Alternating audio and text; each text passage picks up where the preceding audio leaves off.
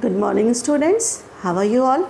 In our today's English class, we will be doing course book Unit 4, Lesson 2, The Tiger Comes to Town, the first part. Now as you all know, when we read a story, the word I is always used for the narrator. Now in this lesson, the narrator is a tiger who is out from the circus and on the streets roaming, and what he thinks of the human behavior. In this story, we will read about his thinking. It was still a busy hour in the city when I entered Market Road. People ran for their lives at sight of me. As I progressed through, shutters were pulled down and people hid themselves under culverts, on trees and behind pillars. The population was melting out of sight. Now the tiger says, as he moved down the street, the population was melting. Population was melting means the population was reducing out of sight. The people started hiding themselves in the culvert. Culvert means the sewage lines, what is there. They picked up the shutters and they went down in that. They climbed on the trees. They pulled the shutters of the shops down. At circus, I had no chance to study human behavior. Outside the circus ring, they sat in their seats placidly, while I cowardly before Captain's whip. I got a totally wrong notion of human beings at that angle. I had thought that they were sturdy and fearless, but now I found them fleeing before me like a herd of deer, although I had no intentions of attacking them. Now the tiger says that in the circus, when he is in the ring before his master's whip, the crowd, the people, the human beings are sitting there in their seats nicely, and it seems as if they are a coward person. He is a coward, but then there they are sitting nicely, comfortably. They are not scared of him. But now when he is out on the road, it's a total different scenario. The people are coward, they are scared of him, and they are running here and there, although the tiger is not at all interested in eating them. When I paused in front of a tailor's shop, he abandoned his machine and shut himself in a cupboard, wailing, "Alas, I am undone. Won't someone shoot that tiger?" Now as he passed through a tailor's shop, the tailor left his machine and hid himself in the cupboard, shouting and crying that, "Oh, I am finished now. Will someone shoot the tiger?" A prisoner between two constables got the chance to escape when the constable fled, abandoning him with his handcuffs. Now two constables were taking up prisoners. Now as the constables got scared looking at the tiger, they left the prisoner abandoned alone, and the prisoner got a chance to escape. I tore a horse from its jutka and enjoyed the sight of the passengers spilling out of it and running for their lives. Now I tore a horse from his jutka means the horse was joined to the carriage. The horse broke the carriage, and the passengers who were sitting in the carriage, they jumped to save their lives. Later I learned from my master of the chaos that befell the city when it became known that Captain had been destroyed and that I was somewhere in the city. Sheer hopelessness seemed to have seized the town people. They withdrew to their homes and even there remained nervous. All doors and windows everywhere were shut, bolted and sealed.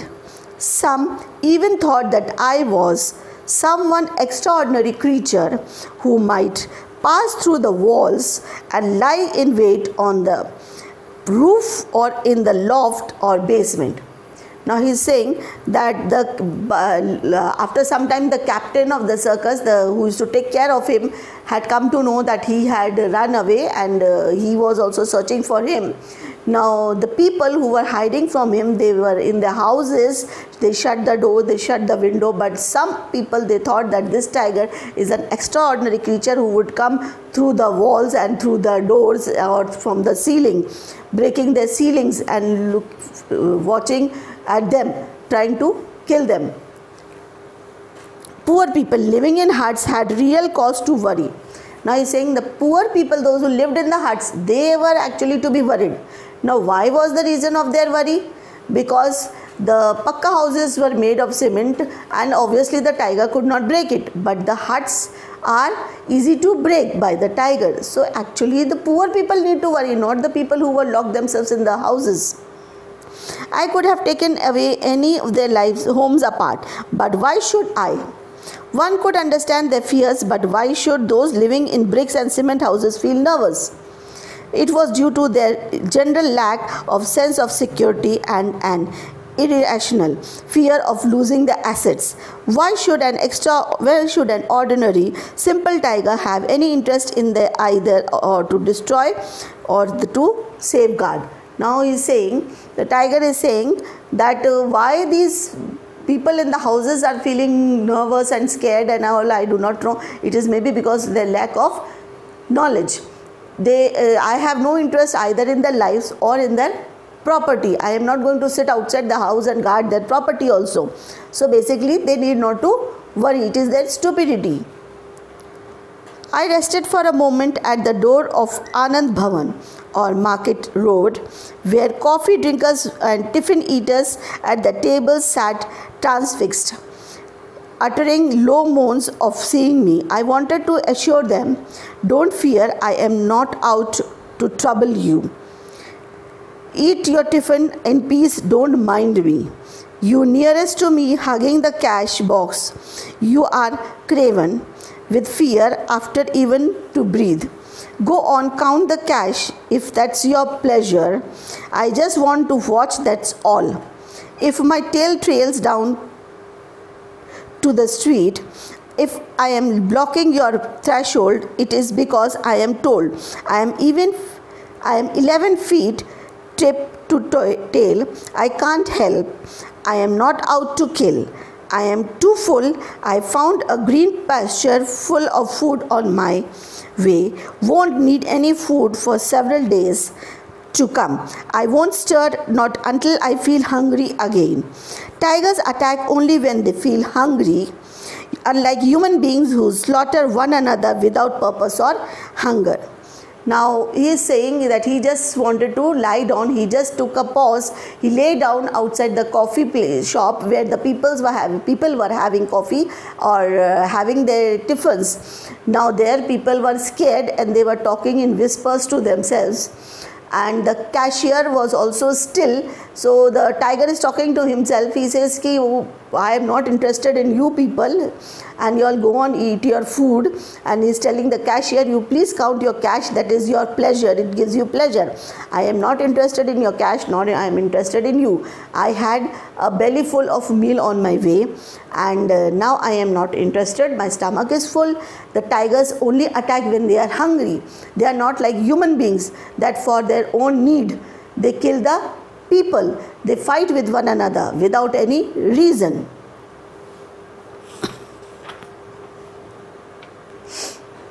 To the great delight of children, schools were being hurriedly closed. Children of all ages and sizes were running, hitlers, skettlers, screaming joyously.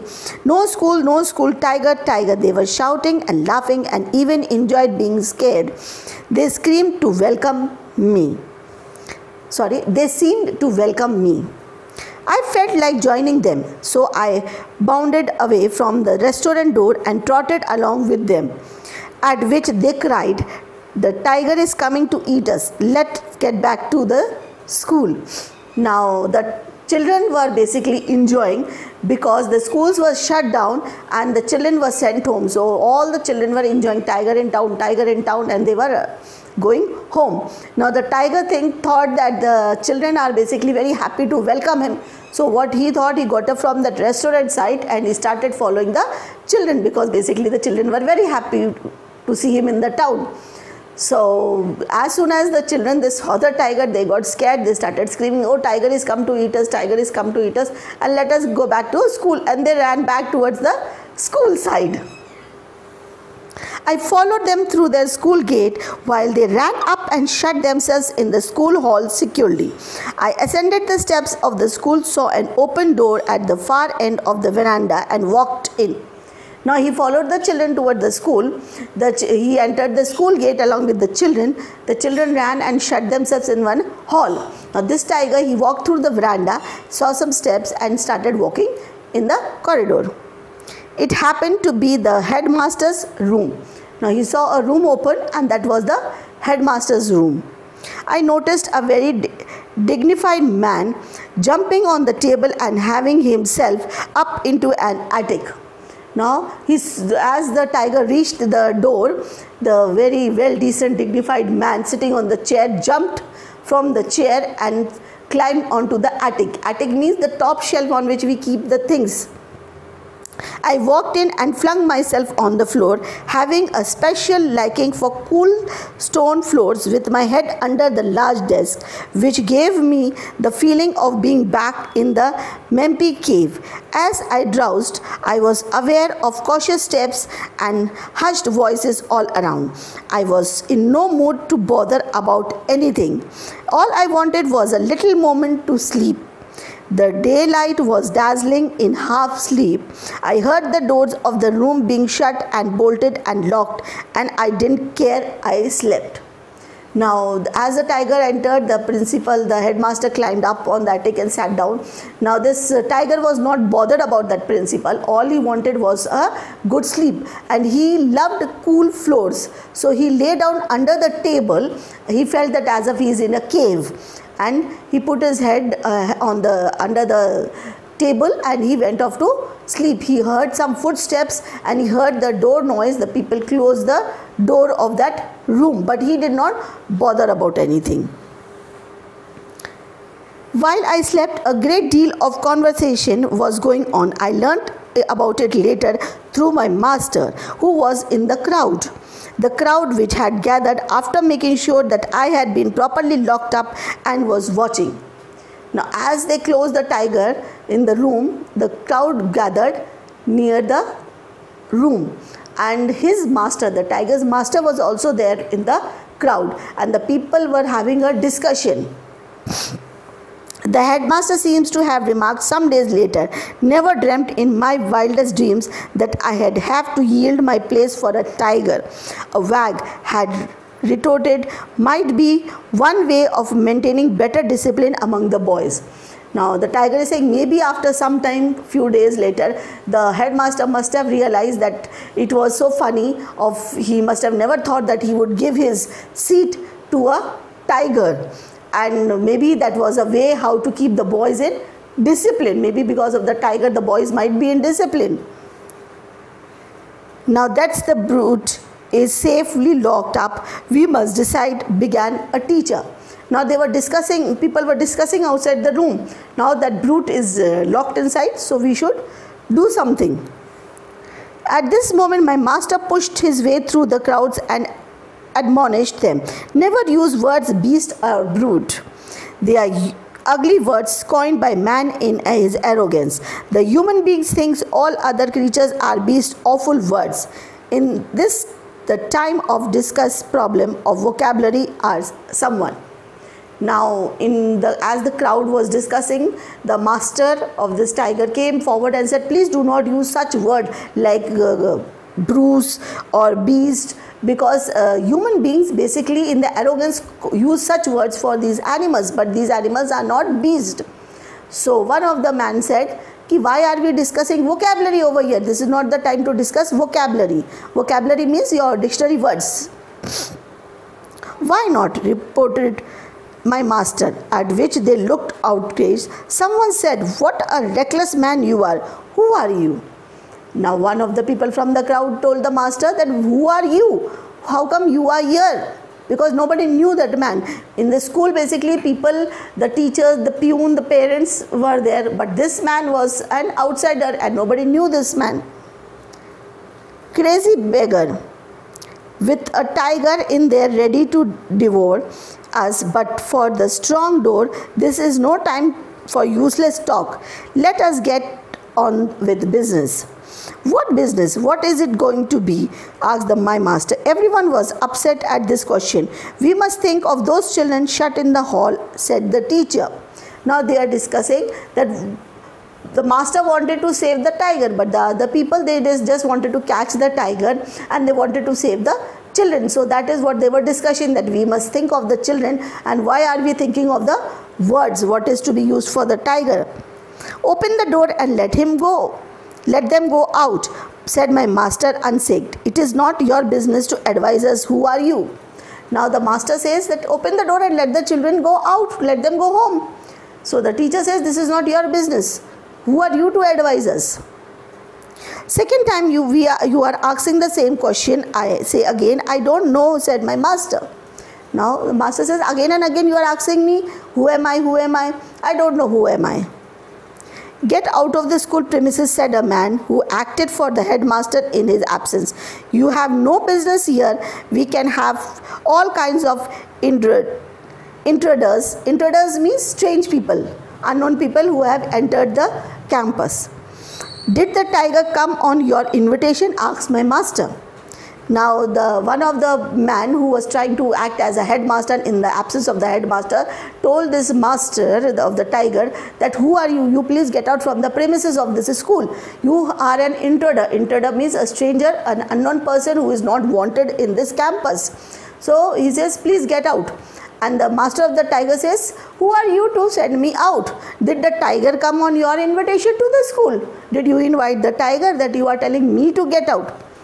Now with this we have finished the part 1 of the story. We will do the second part in the next class.